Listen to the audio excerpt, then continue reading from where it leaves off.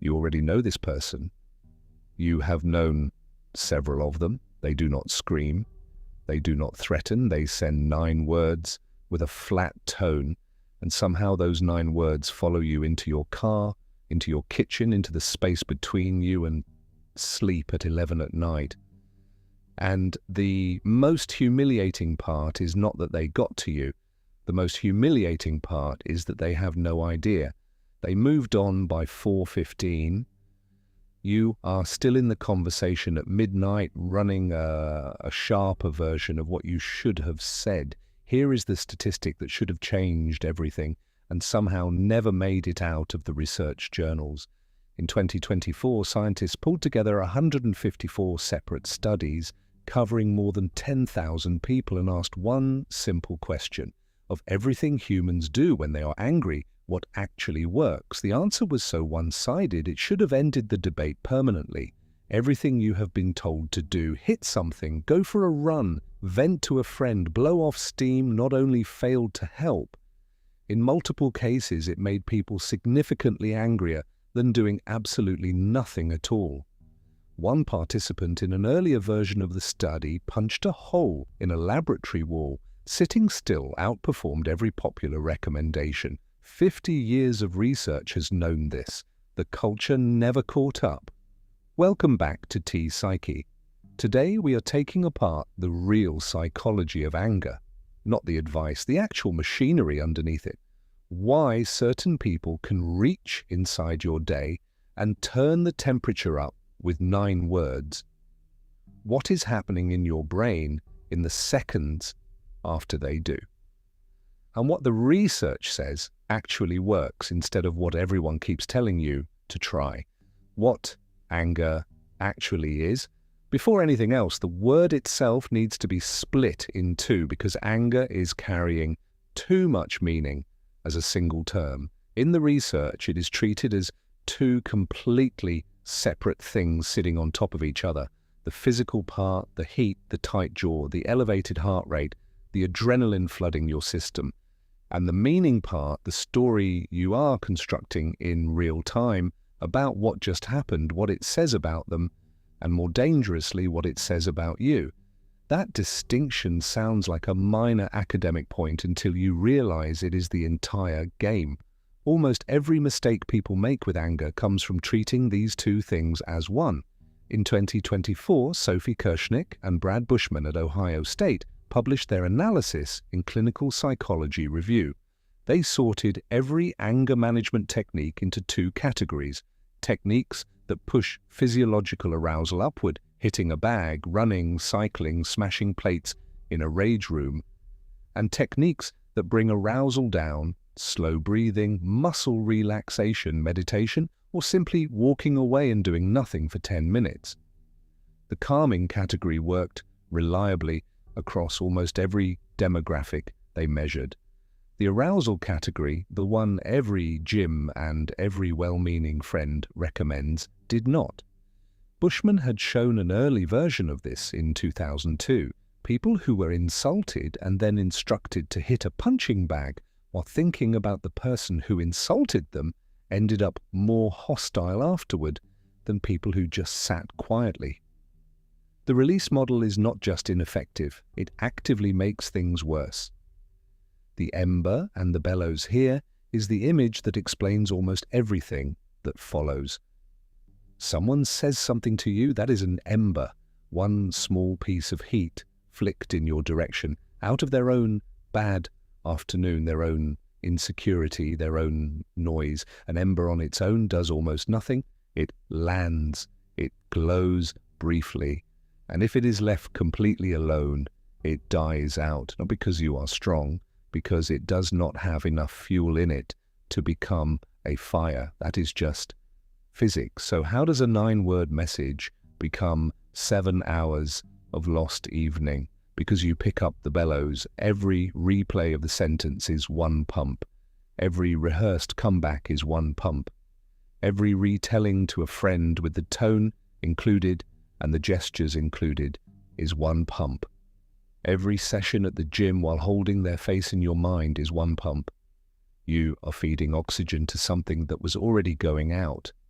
And here is the part that actually stings. The ember was theirs. The fire is entirely yours. You built it. Not because you are weak or dramatic, but because every instinct you have been given about anger points you toward the bellows and tells you it is a fire extinguisher. The word vent itself comes from a model of the human mind that treats you like a pressure cooker. Pressure accumulates, pressure must escape, or the vessel explodes. It is an old idea.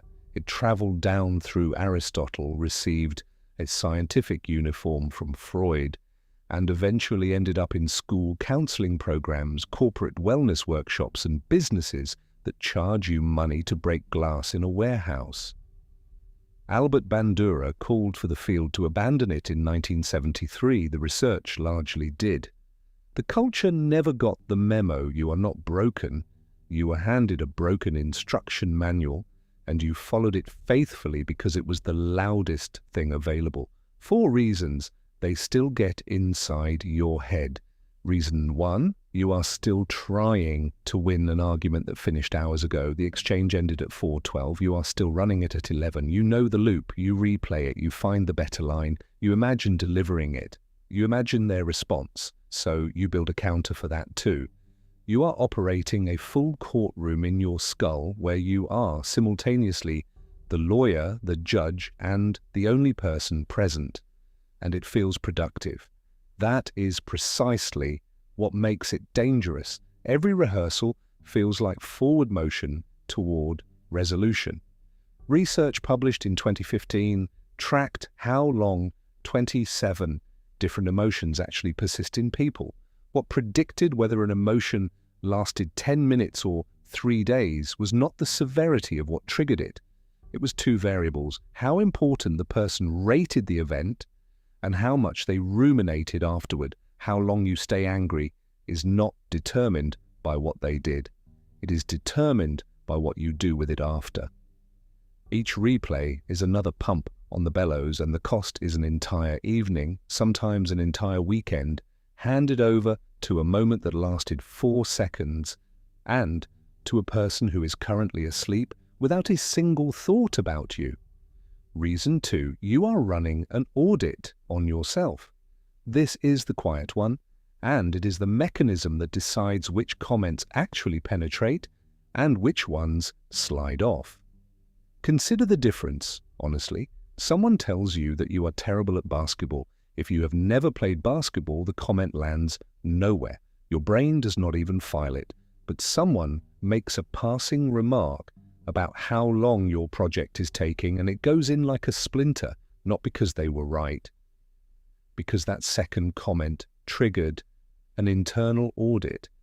Some part of you immediately pulled up the books. Is that true? Am I slow? Have others noticed this? The moment you run that check, you have done something specific. You have signaled to your own nervous system that this event is important. And importance, according to that same 2015 research, is one of the 2 variables that determines how long an emotion survives. The comment stuck not because it was accurate. It stuck because you paused to verify it. You handed someone with incomplete information about your life the temporary position of examiner, and then sat the exam voluntarily. The longer-term cost is more serious than a bad evening. Your sense of yourself gradually becomes something other people can edit. Anyone with a bad mood and a spare sentence gets a vote on who you are. Reason 3, some part of you does not want it to end. This one is uncomfortable, and it only needs to be said once. Being wronged is a surprisingly restful place to occupy. Consider what it provides. You are right. They are wrong. The line between you is clean, and crucially, you do not have to do anything. You do not need to have the difficult conversation. You do not need to examine your own contribution. You do not need to change anything. Your only obligation is to be correct, and you already are. Now compare that to the alternative. Letting it go means returning to the actual work, the project that is unfinished, the habit you committed to starting. The conversation you have been avoiding for 6 weeks that has nothing to do with this person at all. So when you find yourself reaching for the story again at 11 at night, the version where you were clearly wronged, it is worth asking one uncomfortable question. Is this still anger, or has it become shelter? Righteousness is one of the only emotional states that generates the feeling of motion while you are standing completely still. And the cost of that particular comfort is not measured in evenings, it is measured in years. Reason 4, you are rehearsing instead of processing. Something happens at work.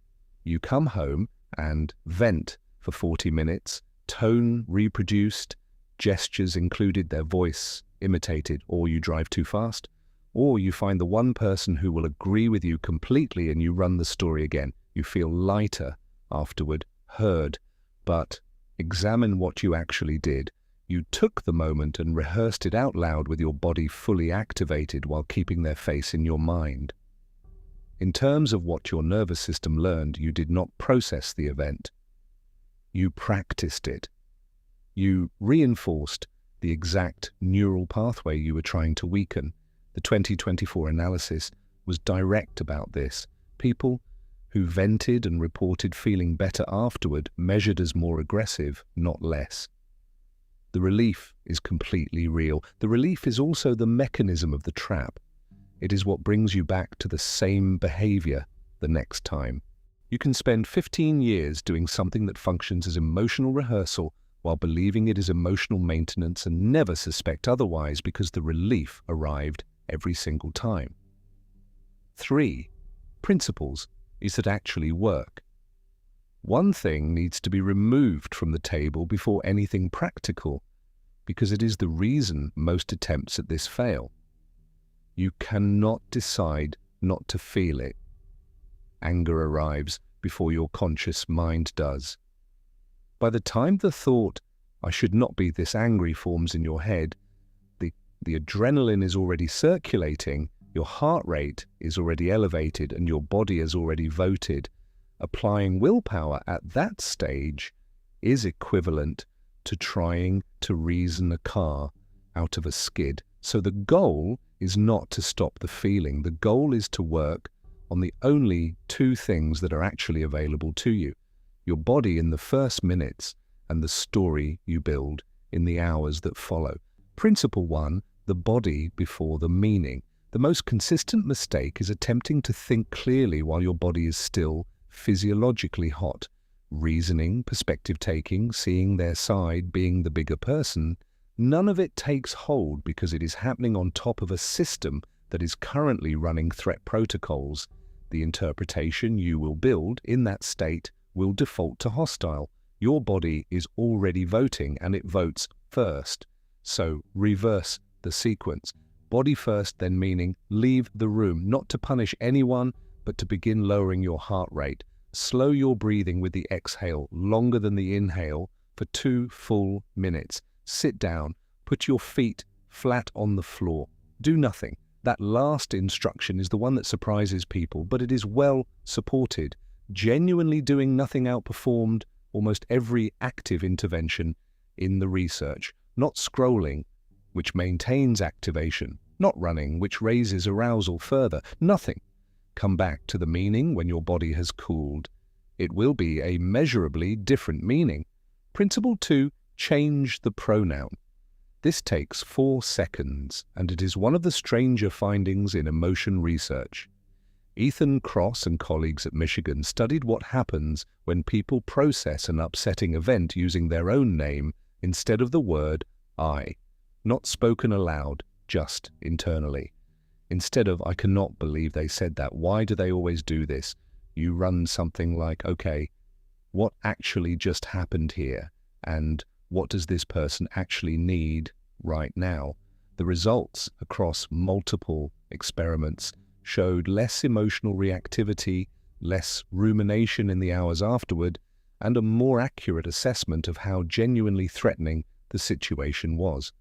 A related study found that people who adopted this distanced perspective during an active provocation showed fewer aggressive thoughts and less aggressive behavior. The mechanism is straightforward. When you use I, the person experiencing the emotion, and the person analyzing the situation are standing in identical coordinates, there is no space between them. When you use your name or the second person, you create just enough distance to see the whole picture. Roughly the same distance you naturally have when a friend describes their difficult day to you. You already possess this capacity. You have simply never directed it at yourself. Principle 3. Rate the importance accurately. The two variables that determine how long an emotion persists are importance and rumination. You cannot successfully lie to yourself about importance.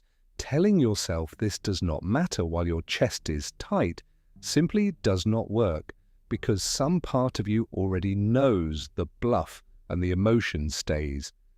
But you can rate it accurately rather than automatically, and that is different. Ask one question and take it seriously. Is this person's opinion structurally load-bearing in my life? Not do I like them? Not are they important in general? Load-bearing specifically. If they held a permanently negative view of you, would anything in your actual life fall down as a result? For most of the people who cost you evenings, the honest answer is no.